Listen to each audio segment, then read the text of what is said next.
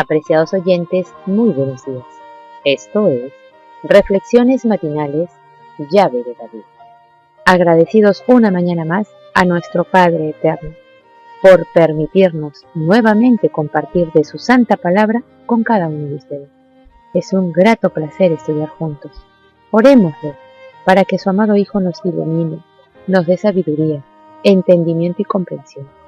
Para el mensaje de hoy, que se titula El Verbo era con Dios.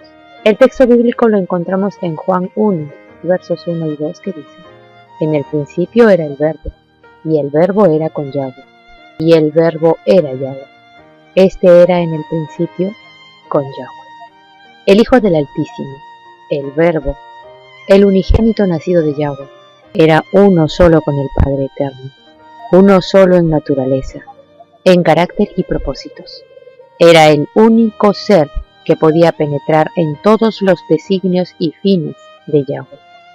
Y llamará su nombre admirable, consejero, Dios fuerte, Padre eterno, príncipe de paz. Y sus salidas son desde el principio, desde los días del siglo. Hijo unigénito de Yahweh, hablando de sí mismo, declara: Yahweh me poseía en el principio de su camino, ya de antiguo antes de sus obras. Eternalmente tuve el principado, cuando establecía los fundamentos de la tierra.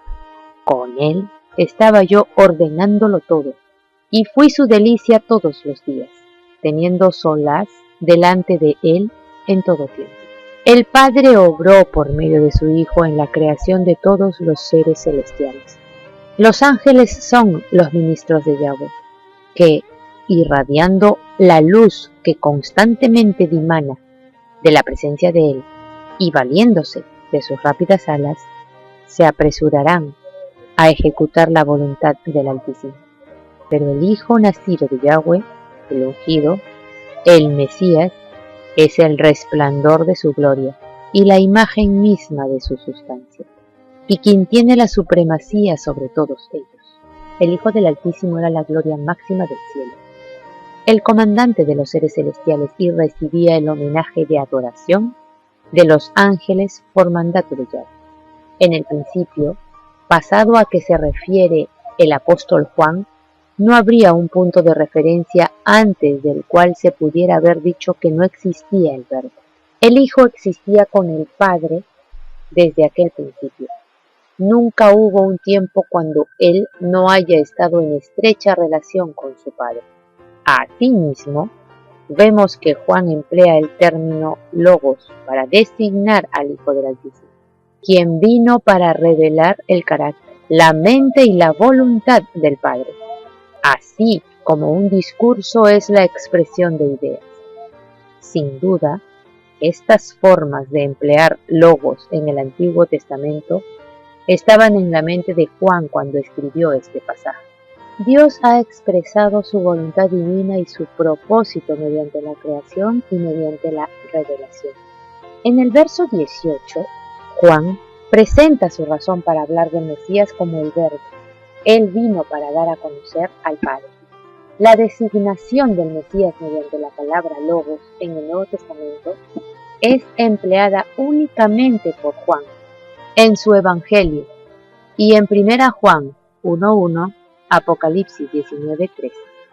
El término identifica al Mesías como la expresión encarnada de la voluntad del Padre, de que todos los hombres sean salvos, como el pensamiento de Yahweh hecho audible. Definitivamente el Verbo estaba relacionado con Yahweh en un sentido único y exclusivo. El Verbo era con Dios en la eternidad pasada, pero se hizo carne a fin de estar con nosotros. El Hijo del Altísimo era Emmanuel, Dios con nosotros. Es imposible comprender la importancia de la encarnación a menos que se la proyecte en el telón de fondo de la existencia eterna del Mesías como íntimamente unido a Yahweh. La palabra de Yahweh, el Verbo de Dios, es reflejado de todo lo que es Dios, de todo su pensamiento, su sentir, sus anhelos y frustraciones, su saber. Lo que una persona habla, lo que sale de esa persona es imagen de la persona, y viceversa. Una persona es lo que habla. Yahweh es la verdad misma. y por lo tanto la verdad de Yahweh también es la verdad. De manera similar, el Mesías se identifica a sí mismo con sus palabras tan íntimamente que él personifica. El que me rechaza y no recibe mis palabras, tiene quien le juzgue. La palabra que he hablado, ella le juzgará en el día postrero. El Mesías habla de su palabra como si fuese una persona literal, es decir, él mismo. Sus palabras fueron personificadas porque estaban tan íntimamente asociadas con el Mesías. La palabra de Yahweh también se personifica como una persona, es decir, Dios mismo.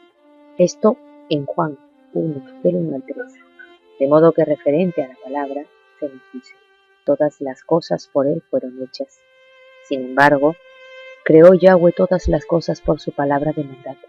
Debido a esto, se habla de la palabra de Yahweh como si fuese Dios mismo.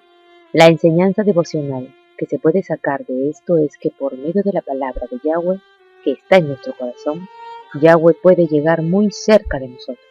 Dios habló de cómo Israel profanó el mandato de guardar el séptimo día y luego de cómo lo profanaron a él. Por medio de un constante y piadoso estudio de la Biblia, es posible entenderlo prontamente como nuestro Salvador personal y nos relacionaremos con él por medio del bautismo. Él juzgará a los hombres en el día postrero, pero también la palabra será juez de ellos. Él fue la expresión perfecta de la esencia de la palabra de Yahweh.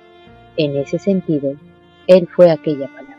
Él fue de manera completa la palabra, mensaje que él predicó. Apreciados oyentes, que Yahweh nos bendiga. Hasta mañana.